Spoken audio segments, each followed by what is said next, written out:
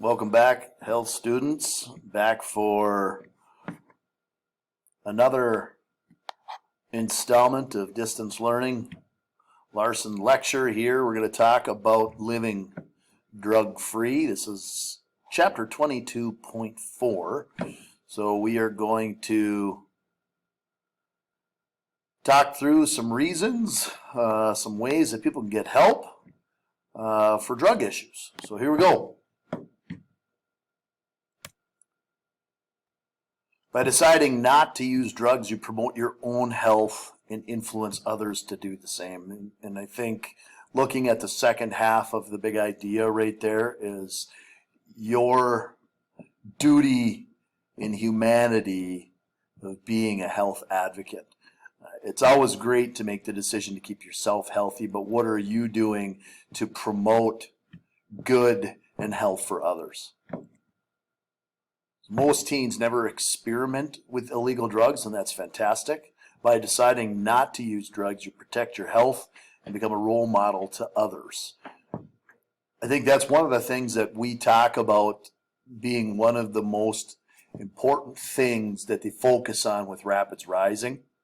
I know it's more alcohol-based prevention when it comes to Rapids Rising, but we could talk about any kind of drug when we talk about Rapids Rising. And the biggest thing that we want to do is try and take away the perception of what people think is happening and try to clear it up and tell people what's actually happening. The truth of the matter is most people don't use drugs. Most people are deciding to live drug-free. There's that few that choose to make decisions that are unhealthy. But the vast majority, and what we don't hear about, are the good things that are happening, and that's focusing on the positive. So most people choose not to use illegal drugs. Most teens never experiment with illegal drugs. 62% of high school students have never tried marijuana. 90% have never tried more intense drugs like cocaine. But committing to be drug-free, and we've talked about these a number of times throughout the course of the semesters, you need to choose who your friends are. You need to choose who you hang out with. Choose friends who share your attitude about drug use. Avoid places where drugs may be available. Use refusal skills to say no to drugs. That middle one that we've talked about, we mentioned a little bit in the previous video that we talked about with marijuana, is that if you're surrounding yourself with people that use marijuana, that use alcohol, if you're around, even if you're not using those drugs yourself, but being around those people, you're going to be exposed to more things. Okay, so ultimately avoiding that situation, you're going to take away any temptations or curiosity. So avoid places where drugs may be available. Healthy alternatives to drug use. What do you enjoy to do? What are your hobbies? What are your sports? What school organizations are you a part of? What community activities are you involved in? Think about all the things that you enjoy to do that, if you get tied into drug addiction, that aren't going to be available to you. Sports being one of them at the high school level. If you're tied into or get caught using drugs, the sport is not going to be there for very long. The first offense is a fairly small slap on the wrist, in my opinion. When somebody gets caught first time with drugs, you got 2 weeks of a suspension. But the next one's quite a bit longer, and the next one's quite a bit longer after that. And pretty soon, you don't get to play anymore. So think about the things that you enjoy to do and how using drugs can effectively take those things away from you. Drug prevention efforts. Schools and communities are working together to support students in efforts to be drug-free. That's why we start programs like Rapids Rising. That's why we have organizations that try to teach leadership skills to student athletes. Communities are working together with schools to try and do that. Everyone can help reduce substance abuse by committing to remain drug-free.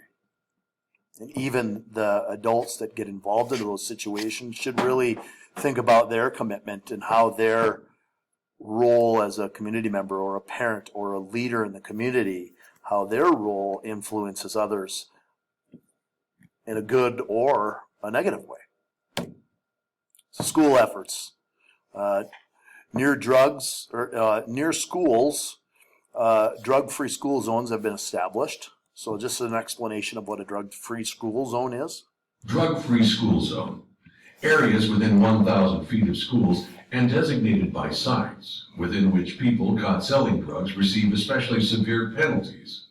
So that's just basically saying that in some communities they have what's called drug-free school zones.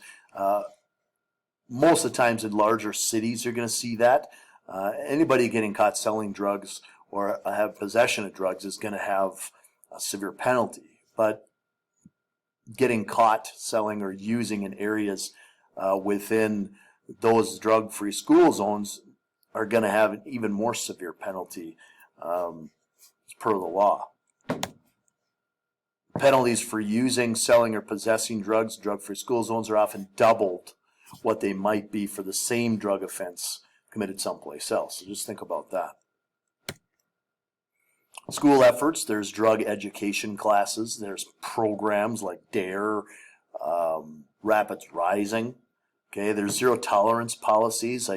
Honestly, I feel like the policies that Minnesota State High School League has as far as suspensions and what happens if somebody gets caught using, in my opinion, I think are really relaxed. I think they could really ramp up the severity of those to the extent that if somebody gets caught one time, that you're looking at half the season they don't get to play instead of 2 weeks. You know, that's just my opinion, and other people can have opinions that they want. Ultimately, State High School League has their opinion. It's not zero tolerance, but it could be. Some schools expel students if drugs are found on them or in their possession or in their lockers. They may do locker searches. They may bring in drug dogs to sniff throughout lockers or locker rooms. They might have a police patrol on campus, and we do have our police liaison in the school that takes care of those things. Community efforts. Communities across the nation are organizing anti-drug programs, drug watches, to take action to prevent drug abuse. And I think that we've done a really good job here at Grand Rapids High School with Rapids Rising and how we've become, Rapids Rising become very visible in the community and visible in the school, so that, in my opinion, when I look at Rapids Rising, it has the type of members involved in it that are quality leaders, students, and adults. Drug watches. Organized community efforts by neighborhood residents to patrol, monitor, report, and otherwise stop drug deals and drug abuse. Becoming drug-free, many types of counseling are available for those who want to become drug-free. Once someone begins using drugs, addiction can occur pretty rapidly, and it really all depends on age, brain development, sometimes genetics. I mean, some people are a little bit more prone to becoming addictive with different types of addictive personalities. So you really have to think about what can happen to somebody and how easily somebody can become addicted to something. Can become addicted to a drug the first time they try it. It is possible. Finding help for families and friends. Identify sources of help in your community. Talk to people. Talk to a person when he or she is sober. There is help in our community. There's great places in our community for people to get counseling, to get support. There's different rehab centers in town here in Itasca County. Talk to a person when he or she is sober. You don't want to try and convince somebody they need to get away from the drugs when they're under the influence of something. You want them in their right mind so they can actually think. Express your affection and your concern. Now, the worst thing that somebody can do is nag. I think you're going to be more effective when you get into somebody rather than using guilt. Use love, concern, and affection. Describe the person's behavior without being judgmental. And that's really difficult to do if you're talking with somebody that that's doing something you don't believe in. It's hard not to be judgmental, but in reality, talk about how their behavior is affecting your relationship. And I think if that relationship means something to them, need something to the drug abuser, that they're going to take that to heart. Listen to the person's response. They may have some things that they have to talk about. They may have some things they have to get off their chest. Okay, be prepared for anger and denial. That's one of the first things that you're going to notice, is that denial is really going to be there, quite evident. And the only way somebody is going to be ready to go into treatment or be ready to stop using drugs is after they've admitted that they have a problem. And not only is that a problem affecting their life, but it's affecting other people. Offer to go to counseling with them. If they need somebody with them that's going to be supportive, there's nothing better that you can do as a friend or a family member. There really is nothing better that you can do than to go with them and be supportive. Signs of drug problems: a person talks about drug use frequently and lies about using drugs. Stops participating in activities that they once really enjoyed to do. Changes their eating habits, their sleeping habits. Maybe they have weight gain or weight loss. Takes unnecessary risks and participates in unsafe behaviors. Gets in trouble with authorities or doesn't really seem to care about authority. Person seems to withdraw. They might get depressed. They might get tired. They might get careless about his or her appearance. Might have red-rimmed eyes or runny nose. That's related to cold and allergy. It looks like it might be related to cold and allergy, but in reality could have other causes. Could be the reaction to something else. Immune system, again, like we've talked about with most drugs, is going to lower the immune system. So there's going to be a higher effect on pathogens in the body or to the body. Has blackouts or forgets what he or she did while under the influence of drugs, and has difficulty concentrating. So there are ways that people can get help for drug use and drug abuse. There are ways to do that. There's rehab. Rehabilitation, a process of medical and psychological treatment for physiological or psychological dependence on a drug. Drug treatment centers offer a safe place for people to withdraw from drug use.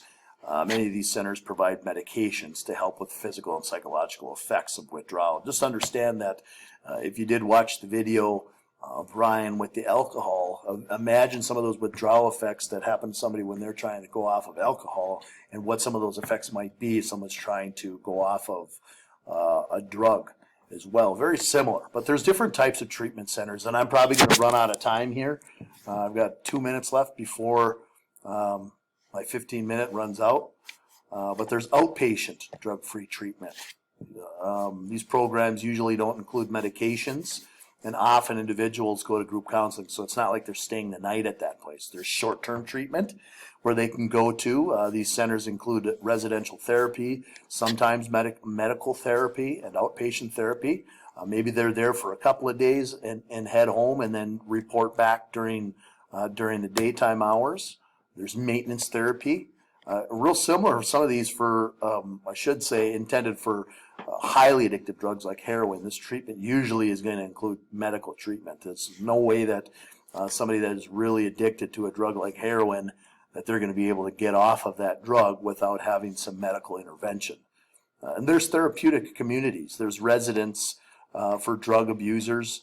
The centers include highly structured programs, may last for at least 6 to 12 months. Sometimes they move into a facility where they live there for 6 months or 12 months.